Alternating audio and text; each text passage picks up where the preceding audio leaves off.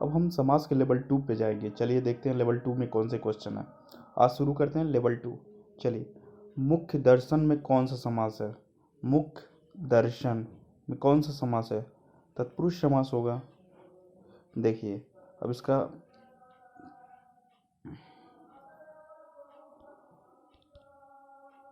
ठीक है, मुख्य दर्शन में कौन सा समास होगा? तत्पुरुष समास होगा। इसकी व्याख्या देखते हैं। मुख्य दर्शन और मुख का दर्शन में तत्पुरुष समास। देखिए, मुख्य दर्शन और मुख का दर्शन में तत्पुरुष समास है। इस समास में उत्तर पद क्या है? प्रधान है। द्विगु समास में पूर्व पद संख्यावाचक विशेषण और उत्तर पद प्रधान होता है। जैसे चौराहा, ठीक है, चौराहा क्या हो जाएगा? संख्यावाचक हो रहा है ना, चौराहा, चार राहों वाला। द्वंद्व समास में समस्त दोनों पद क्या होते हैं? प्रधान होते हैं, राजा प्रजा। ठीक है, याद रखिएगा। दसमुख क्या हो जाएगा? तत्पुरुष। द्विगु समास क्या होता है? पहला पद क्या होगा? संख्यावाचक होगा, दूसरा उत्तर पद क्या होगा? प्रधान होगा। द्वंद्व समास में दोनों पद प्रधान होंगे, जैसे राजा प्रजा। बहुब्रीहि समास में क्या होगा? तीसरा अर्थ देगा। चलिए आगे देखते हैं। कौन सा बहुब्रीहि समास का सही उदाहरण है? त्रिभुवन, पंचानन, पंचानन होगा। देखिए, पंचानन पांच हैं, आनन या शंकर हैं। ठीक है, बहुब्रीहि समास है। दिया हुआ समास पद बहुब्रीहि समास का उदाहरण है।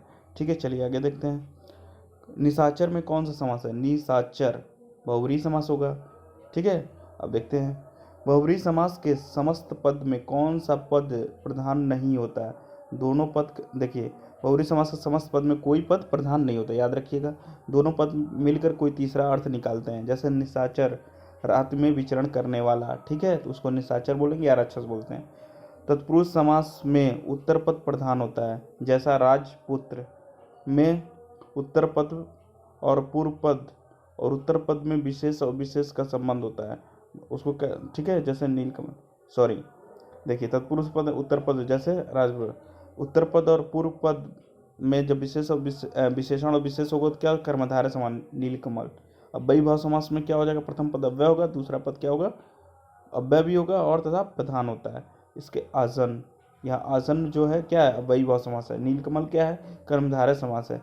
राजपुत्र क्या है? तत्पुरुष समास है। निशाचर क्या है? बहुब्रीहि समास है। चलिए आगे देखते हैं।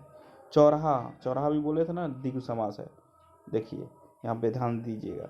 जिस समास में पहला पद संख्यावाचक हो और पूरा समास समाहार समूहों का बोध कराए उसे क्या कहते हैं? समूह, याद रखिए। समूहों का बोध कराए उसे क्या कहते हैं?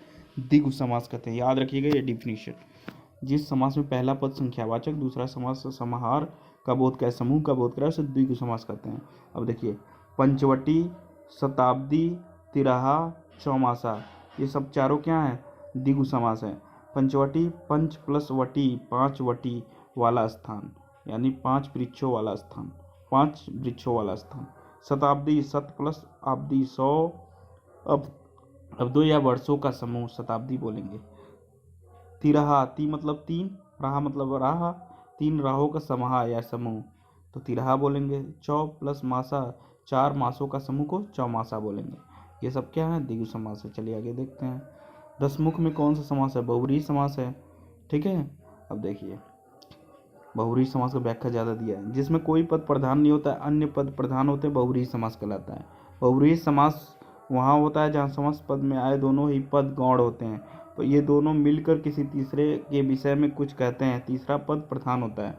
तीसरे प्रधान पद का ज्ञान संदर्भ में ही होता है। उदाहरण के नीलकंठ शब्द का विग्रह नील प्लस कंठ होगा, विशेषण और विशेष्य के रूप में किया जाए तब यह कर्मधारय समास होगा। ठीक है, लेकिन यदि इसका विग्रह नील प्लस कंठ, दोनों का अर्थ नीला है, कंठ जिसका, ठीक है, तो शिव के रूप में किया जाएगा तो वहाँ बहुब्रीहि समास होगा। ठीक है, इस अर्थ में नीला और कंठ गौण है, प्रधान पद शिव है। ठीक है, समस्त पद गौण पद, प्रधान पद। ठीक है, देखिए, पीताम्बर, पीत प्लस अंबर, पीला है जो अंबर, अंबर जिसका कौन है भैया? कृष्ण भगवान है। दशानन, 10 प्लस आनंद, आनंद यानी मुख जिसके हैं 10, कौन होगा? 10 हैं आनंद या मुख हैं जिसके? रावण। सुलोचना, सु प्लस लोचना, सुंदर है लोचन जिसके? वह स्त्री, मतलब जो सुंदर है स्त्री उसको क्या बोले? सुलोचना। त्रिलोचन, त्रि प्लस लोचन, तीन लोचन या नेत्र है जिनके। त्रिलोचन किसको बोलते हैं? शिव जी को। सुलोचना सुंदर स्त्री को बोलते हैं, और दशानंद रावण को बोलते हैं। पीताम्बर कृष्ण भगवान को बोलते हैं। ठीक है, तो ये सब क्या हो जाएंगे? किसी के संबंध में तीसरा अर्थ देंगे तो ये क्या हो जाएंगे? क्या हो जाएंगे ये? बहुव्रीहि समास। चलिए आगे देखते हैं। सुपुरुष में कौन सा समास है? तत्पुरुष समास नहीं है, कर्मधारय समास, सॉरी, कर्मधारय समास है। कर्मधारय समास में समस्त पद का एक पद गुणवाचक विशेषण और दूसरा क्या होगा? विशेष्य होता है। याद रखिएगा, परमानंद नीलांबर, ठीक है, परम प्लस आनंद कर्मधारय, नील प्लस अंबर कर्मधारय, ये सुपुरुष क्या हो जाएगा? कर्मधारय समास होगा। याद रखिएगा एकदम। विशेषण और विशेष के योग से कौन सा समास बनता है? कर्मधारय समास बनता है। याद रखिए, पीछे एक्सप्लेनेशन दिया है। चलिए आगे देखते हैं। निम्न में से एक शब्द में द्विगु समास है, चयन कीजिए। सप्ताह, पुरुष सिंह, आजीवन, भूदान। देखिए सप्ताह क्या है? ये द्विगु समास है, सप्ताह में द्विगु समास है। द्विगु समास में पहला पद संख्यावाचक विशेषण होता है, वह किसी समूह या फिर किसी समाहार का बोध कराता है तो उसे द्विगु समास कहते हैं। डिफिनीशन भी चल रहा है, थ्योरी भी चल रही है, एग्जाम्पल भी मिल रहा है, सब कुछ यही मिल रहा है, ठीक है, कहीं नहीं जाने की जरूरत है। सिर्फ यहाँ ध्यान दीजिए, क्वेश्चन देखिए और इसका व्याख्या देखिए। व्याख्या बहुत इंपॉर्टेंट है। किस समास के दोनों शब्दों के समानाधिकरण होने पर कर्मधारय समास होता है? अब देखिए, समान अधिकार होगा तो किसका होगा? तत्पुरुष समास में। किस समास के दोनों शब्दों के समानाधिकरण, यहाँ देखिए क्वेश्चन थोड़ा घुमाया है, इसको ध्यान से याद कर लिए। किस समास के दोनों शब्दों के समानाधिकरण होने पर कर्मधारय समास होता है? तत्पुरुष समास। देखिए, जब पूर्व पद विशेषण होने के कारण गौड़ तथा उत्तर पद विशेष होने के कारण प्रधान होता है तो वहाँ तत्पुरुष समास होता है। इस प्रकार तत्पुरुष समास में सदैव पूर्व पद गौड़ तथा उत्तर पद प्रधान होता है। देशवासी, गुरु दक्षिणा, ठीक है, ये सब क्या है? तत्पुरुष समास। देशवासी, गुरु दक्षिणा याद रखिएगा, देशवासी, गुरु दक्षिणा याद रखिएगा, तत्पुरुष समास। चलिए अगला देखते हैं। इसमें से सही समासिक पद कौन सा है? ठीक है, दिवारात्रि। देखिए, सही समासिक पद दिवारात्रि है। दिवारात्रि कर्मधारय समास है। कर्मधारय समास से जो समास विशेषण और विशेष से और उपमेय उपमान से मिलकर बनते हैं उन्हें कर्मधारय समास कहते हैं। यहाँ एग्जाम्पल 3 दिया है। चरण कमल, कमल के समान चरण। कमल नयन, कमल के समान नयन।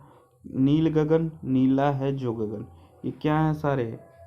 ये सब क्या है? कर्मधारय समास। याद रखिएगा, चरण कमल जहाँ आएगा कर्मधारय मारिएगा, कमल नयन आएगा वहाँ कर्मधारय मारिएगा, नील गगन आएगा वहाँ कर्मधारय मारिएगा, टिक। चलिए, इस तरह हमारा ये लेवल 2 समाप्त होता है।